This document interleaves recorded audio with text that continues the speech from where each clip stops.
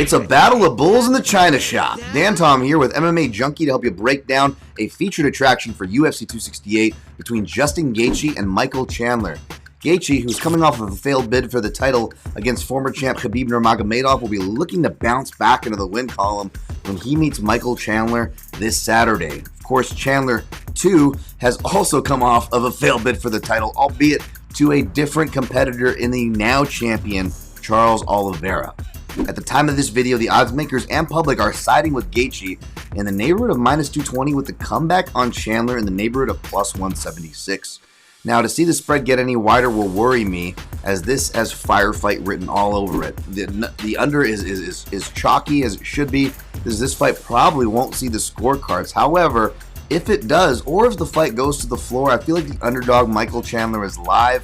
Not only is he the better wrestler and grappler on paper, but I believe those skills, according to the old eye test, also translate as well. Not just because, sure, Justin Gaethje fell to what is one of the greatest ground fighters of all time in Nurmagomedov, but just seeing the patterns and the lack of fight experience there, I can't help but give Chandler the edge should the fight go there, which, by the way, Michael Chandler sub prop, I believe, is going to open in the neighborhood of +1100 for you big plus money hunters out there. However, my official pick is actually going to be siding with the favorite.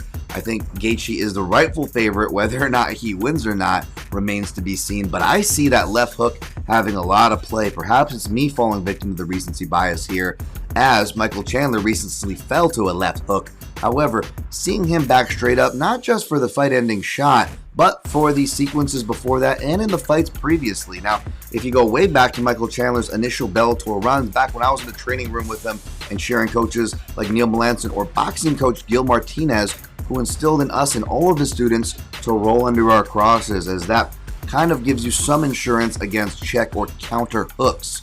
Chandler did that a lot early on, but he has not done that in recent years, and we saw him have to pay the proverbial piper last time out. It's hard to see fighters getting stopped by the same thing over and over again, but Gaethje has got a really good left hook. His counters, his feints, his hand play, his reads, and his composure are much better, as he's gotten many camps now under his belt with the great Trevor Whitman. So I'm actually going to pick Gaethje by knockout here. I've never picked against Chandler before, as I've stated some training bias toward him before, but I guess I'm going to have to break that trend here. So I perhaps wouldn't mind being wrong, as I will lay pathways for a Chandler victory at my breakdown at MMAJunkie.com, where you can find results this weekend, but I'm going with Gaethje.